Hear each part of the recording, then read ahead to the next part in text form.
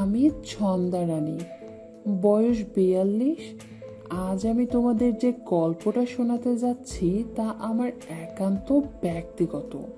পুরো গল্পটা শুনে তোমরা আমাকে খুব খারাপ নাইও ভাবতে পারো, যদিও তাতে আমার কিছু আসে যায় না। আমার স্বামীর নাম রাধাচরণ। ও হুগলির একটা পাটকলের ম্যানেজার। বিয়ের প্রথম দিকে আমাদের মধ্যে খুব মিল মহব্বত থাকলেও তা ধীরে ধীরে ফিকে হয়ে যায়। বিয়ের মাত্র 14 মাসের মাথায় আমি আমার প্রথম সন্তানের জন্ম দিই। আমার সন্তানের জন্মদানের পর থেকে কোনো এক অজানা কারণে রাধাচরণ আমার থেকে বিমুখ হতে থাকে। আমি বিষয়টি জটিলভাবে না নিয়ে অত্যন্ত সহজভাবে নিই। আমার দীর্ঘ বিশ্বাস ছিল এই সমস্যা দ্রুতই কেটে যাবে, কিন্তু পরিস্থিতি আস্তে আস্তে জটিল হতে থাকে। এক সময় আমি জানতে পারি আমার স্বামী রাধাচরণ তার চটকলের এক মেয়ের সাথে পরকীয়ায় লিপ্ত হয়েছে। কলের ম্যানেজারের ব্যক্তিগত কামরায় মেয়েটিকে নিয়ে আমার স্বামী নাকি ঘন্টার পর ঘন্টা কাটিয়ে দেয়। বিষয়টি শুনে আমার মাথায় যেন আকাশ ভেঙে পড়ে। আমি খুব উত্তেজিত হয়ে পড়ি। আমি মেয়েটির সাথে দেখা করার পরিকল্পনা করি। এর 6-7 দিন পর মদনের সাহায্য নিয়ে আমি মেয়েটির সাথে দেখা করি। মেয়েটির নাম সুচন্দা। দেখতে অনেকটা সিনেমার নায়িকাদের মতো। গায়ের রং যেন দুধে আলতা, শরীরে খুব একটা মাংস নেই, তবে মুখটা ঠিক প্রতিমার মতো। আমি মেয়েটিকে বললাম, তুমি আমার বয়সে কিছুটা ছোটই হবে, তাই আমি তোমাকে তুমি করে বলছি। তুমি যদি কিছু মনে না করো, তোমাকে 2-4টা কথা বলতে চাই। মেয়েটি হাসি মাখা মুখে উত্তর দিল, কোনো সমস্যা নেই দিদি, আপনি বলতে পারেন। আমি মেয়েটির আচার আচরণে অনেকটা মুগ্ধ হলাম আর মনে মনে ভাবলাম, একে দেখে তো ভদ্র ঘরের মেয়েই মনে হয়, কিন্তু রাধাচরণের সাথেও অবৈধ সম্পর্কে জড়ায় কিভাবে? আমি বললাম, আমি তোমাদের ম্যানেজার রাধাচরণের স্ত্রী। আমি যতটুকু জানতে পেরেছি তুমি নাকি আমার স্বামীর সাথে বিছানায় যাও। কথাগুলো কি সত্যি?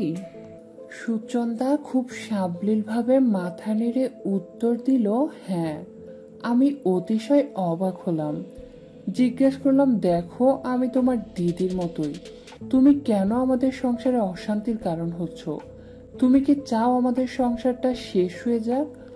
দেখো আমার একটা বাচ্চা আছে, ওর মুখের দিকে তাকালে মায়া হয়। হয়তো তোমার জন্য ওর ভবিষ্যৎটা নষ্ট হয়ে যাবে। আমি তোমাকে মিনতি করছি বোন, তুমি আমার স্বামীর কাছ থেকে দূরে যাও। মেয়েটির চোখ এবার ছলছল করে উঠল, বলল, দিদি আপনি আপনার স্বামীকে চেনেন না। উনি আমাকে সোজা বলে দিয়েছেন আমি যদি ওনার সাথে মাঝে মাঝে না শুই তাহলে আমার চাকরি থাকবে না। তাই আমি অনেকটা নিরুপায় হয়েই ওনার সাথে সময় কাটাই। আর আপনি হয়তো জানেন না উনি কত বড় অমানুষ।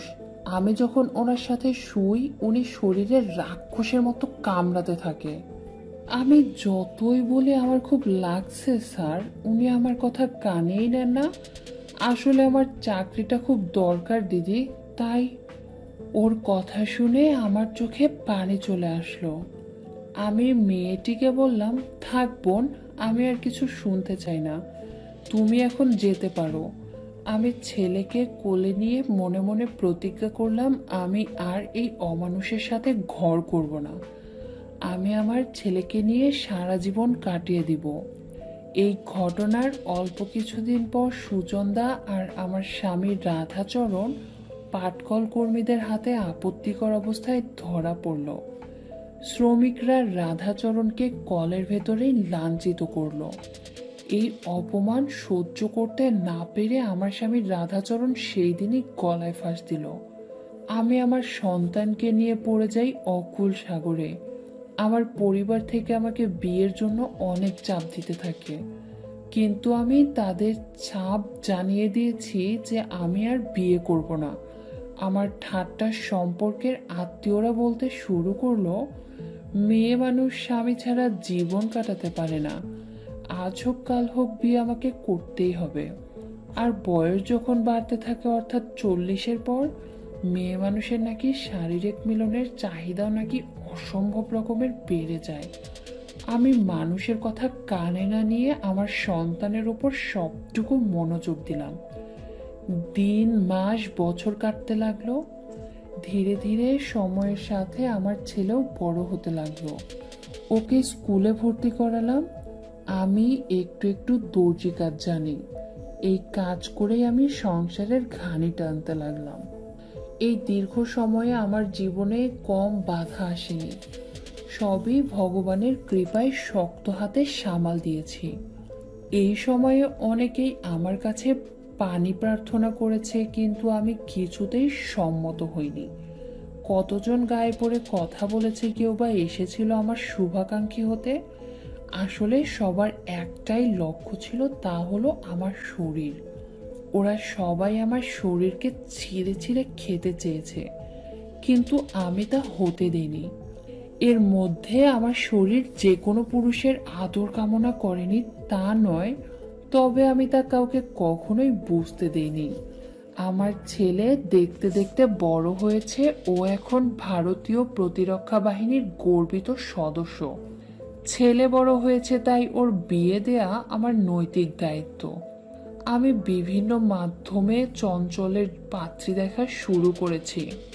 কমলেশ আমার খুড়তুতো ভাই, ও আমাকে পাত্রী দেখার জন্য দুর্গাপুরে নিয়ে গেল।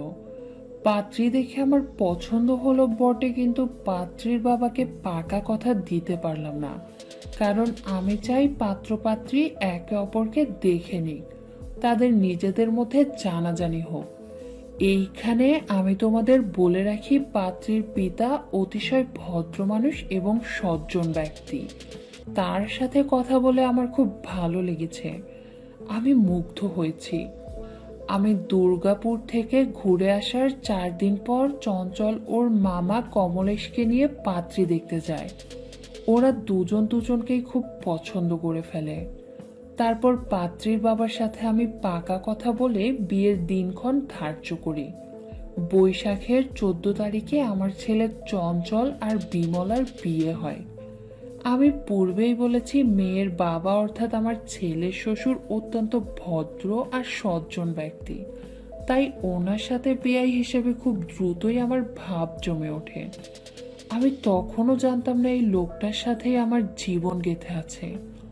একদিনের কথা, অনেক দিন পর চঞ্চলের শ্বশুর আমাদের বাসায় আসলো। উনি বাসায় এসে সরাসরি আমার রুমে আসলো। আমি বেয়াইকে জিজ্ঞেস করলাম, বেয়াই সাহেব, এতদিনে মেয়ের কথা মনে পড়লো বুঝি? উনি উত্তরে বললেন, না বেয়ান সাহেবা, মেয়ের কথা মনে পড়েনি, মনে পড়েছে মেয়ের শাশুড়ির কথা। মেয়ের ভালো মন্দ দেখার জন্য তো মেয়ের স্বামী শাশুড়ি আছে, কিন্তু মেয়ের শাশুড়ির ভালো মন্দ দেখার জন্য তো আমি ছাড়া আর কেউ নেই। কি বলেন বেয়ানজি? আমি কিছুটা বিব্রত হলাম। তারপরও মুখে কৃত্রিম হাসি নিয়ে বললাম, তা বটে। বেশ কিছুক্ষণ গল্প সল্প করার পর বেয়াই তার মেয়ের কাছে চলে গেল। আমি মানুষটাকে নিয়ে একটু চিন্তা করলাম। উনি সত্যি সত্যি একেবারে প্রাণ খোলা আর রসিক লোক। এরই ফাঁকে আমি বিছানায় থাকা সপোজ ক্লিপসের ইডিপাস বইটার কয়েকটি পাতা পড়ে ফেললাম। কয়েকটা পাতা পড়েই মনে হলো বইটা সত্যি অনেক ট্রাজেডিক।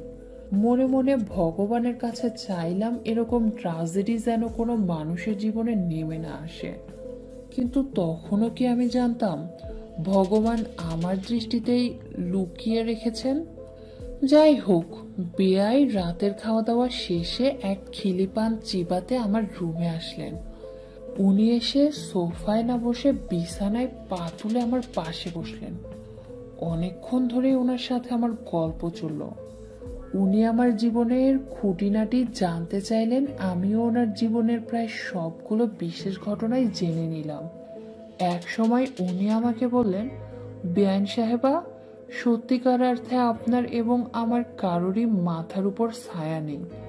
যদি আপনি চান তাহলে আমরা দুজন দুজনের ছায়া হতে পারি।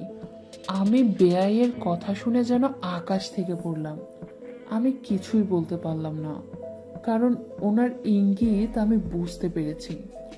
পরদিন সকালে খাওয়া দাওয়ার পর উনি সবার কাছে থেকে বিদায় নিলেন।